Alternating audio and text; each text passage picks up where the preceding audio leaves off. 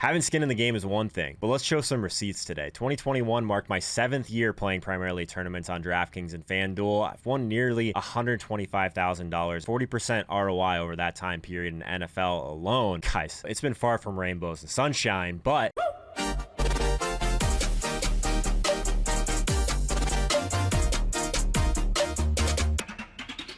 we are back. It's a Joe Holka show. I've never claimed to be the best DFS player in the world. Far from it, actually. It started with a relatively small bankroll, just worked really hard to improve and evolve each and every year. And I realized that that amount of money is not that significant, especially for a lot of high stakes people out there. But for me, it was pretty good. Before we get too deep into the weeds, guys, I would like to thank the sponsor of this video, RunTheSims.com, a premium fantasy tools site for season-long DFS and prop betting. A new spin on fantasy sports and DFS tools where we're leaning on 10,000 simulations for each game as the primary value driver. I was so impressed with what they're building. Run the Sims is now the official tools partner of the Joe Holka show, the exact optimizer and data that I'll be using to construct my own DraftKings and FanDuel lineups all season. We talk about it a lot here, but anytime you can find a system that simplifies everything into one easy to use product, that's going to be incredibly valuable for every level of player. So if you'd like to make the smart move like many from the community have already done, feel free to use the link in the description below and join us in leveraging the next frontier of lineup optimizers and simulation tools, which, by the way, that link does support the channel, so thank you. And if you would like to get $50 off on your NFL season bundle, be sure and use code HOLKA at checkout. I'm also going to be giving away 4 signed NFL jerseys at the end of the month. Absolutely free to join if you register at pristineauction.com. If you guessed it, code HOLKA, or just use the link in the pinned comment of this video. All this literally takes less than 30 seconds to enter, so don't miss out. If we can impress these guys enough with how strong our community is, maybe there's going to be even more giveaways during the NFL season. Wouldn't that be cool? All right, let's do this.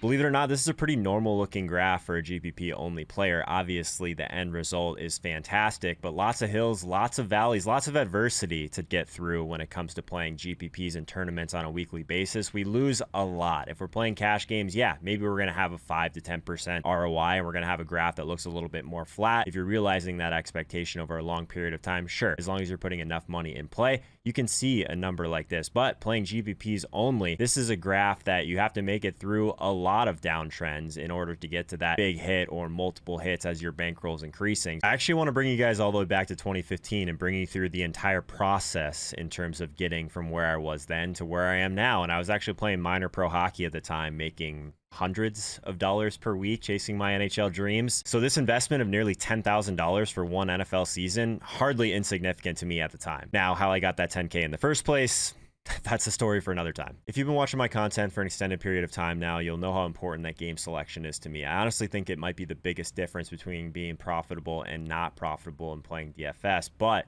back in 2015, just the standard 80-20 cash game to GPP split, the industry standard. The results were fine. Fine's not really my style, but this is the first time I realized how large of a bankroll it takes to benefit for realizing even a small edge in cash games. So more GPP exposure it is. All right, 2016, my first year out of pro hockey. I mean, you guys saw it. I just won almost $350 in a year playing fantasy football. It seems like a good enough excuse to put off getting a real job a little bit longer, right? So I started writing for 4for4 Football, Fantasy Labs, a few other DFS outlets. This screenshot actually doesn't include my first big hit in the NFL playoffs, but I did experiment unsuccessfully with a few other DFS sports for the first time. But one of the things that I had to promise myself going forward was just to scale up NFL GPPs, moving to just 57% of my action in cash, moving from a 3% ROI to a 13% ROI. DFS is easy. Now seems like a good time to tell everyone that this could have all gone terribly wrong. I was way overexposed relative to my life role, something that some of my friends would tell me just repeatedly that I was playing too much. So I was risking essentially double what I was making at the time. So I don't really recommend this path to anyone, but it is a part of my story. Moving right along here, 2017, now full-time at Fantasy Labs, giving them basically my entire life from a content perspective, but at least I had a modest floor, was still playing DFS. I also discovered Screenshot Life for the first time, that playoff slate that I was just talking about. Embarrassing picture, I guess, but there truly is nothing like that first DFS hit. I'm sure a lot of you out there watching this right now, you know what I'm talking about. I tried to spend it all that one night. My favorite college bar, not easy to do,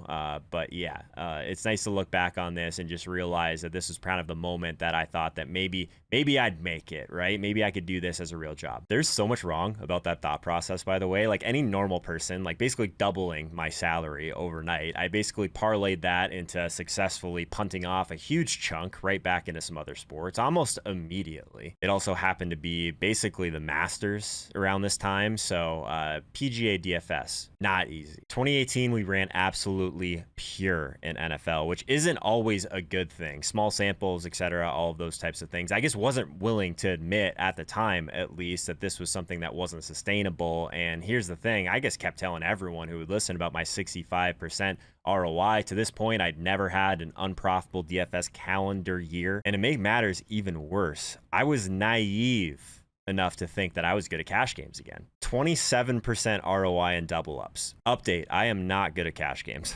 2019 actually was laid off by Fantasy Labs at the end of 2018, so the details aren't super important there. I've definitely lived both sides of the business at this point. Probably the best thing that ever happened to me, because now I was just doing content for myself full time. The OGs kind of stepped up immediately to help me out. I got on a call with CSU Ram, Bales right away. Peter even joined me on this very YouTube channel on Sunday mornings for the remainder of that NFL season. Definitely a gesture to this day that I don't take for granted. Guys like Adam Levitan called me right away. He was actually the first person to make me realize that this was a blessing in disguise and to kind of bet on myself. Relevant because 2019 was the year that I just came back down to earth. Hey, here's the thing. Being on your own, not easy. In hindsight, just kind of looking back, I was more just balancing way too many things, and my DFS results suffered. I was playing qualifiers, just completely undisciplined in game selection. I was chasing, no doubt about it. A negative 4% ROI in NFL felt like negative 40%. Definitely one of the times I seriously considered quitting. No one could have prepared us for what was coming in 2020 in the real world, but for me personally, I was just focused on making it through that dip, and I did that. I took full responsibility for what happened in 2019, realized that I definitely bit off more than I could chew, and it was affecting my game, so I kind of had to choose certain things that were going to be my priorities coming into this year. One of the main things that I really needed to face, though, was just all the negative thoughts that were going through my head constantly. When you go through some sort of downtrend, you're always going to just feel like you're never going to win again, and it's easy to have those negative thoughts really come into your brain. But I was really focused on being intentional about my actions and really just trying to get a process down that I knew could bring me all the way back. Don't you always wonder kind of where this came from, guys? We are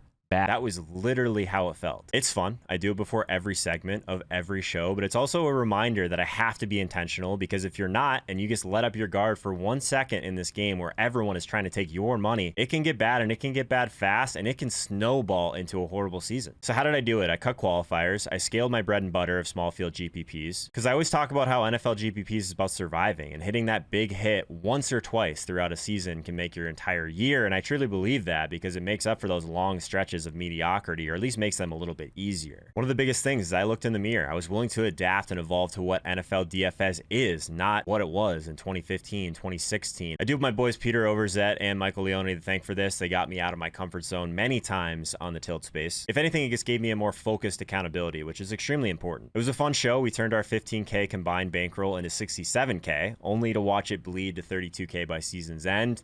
Wouldn't change a thing. All right, let's get serious for a second. Biggest takeaways across this entire debacle that was my DFS career. Number one, be vigilant about the field size of the contest that you're playing. Number two, be thoughtful about the nuance of the contest at different buy-in levels. Number three, be picky about what platform deserves your action, because you'll realize, at least I did, that I was very successful in some very specific things in NFL DFS, and I just needed to lean into those things and stop being so aggressive in other ways. Let me know in the comments if you'd like to see more of these types of videos. All right? Good talk.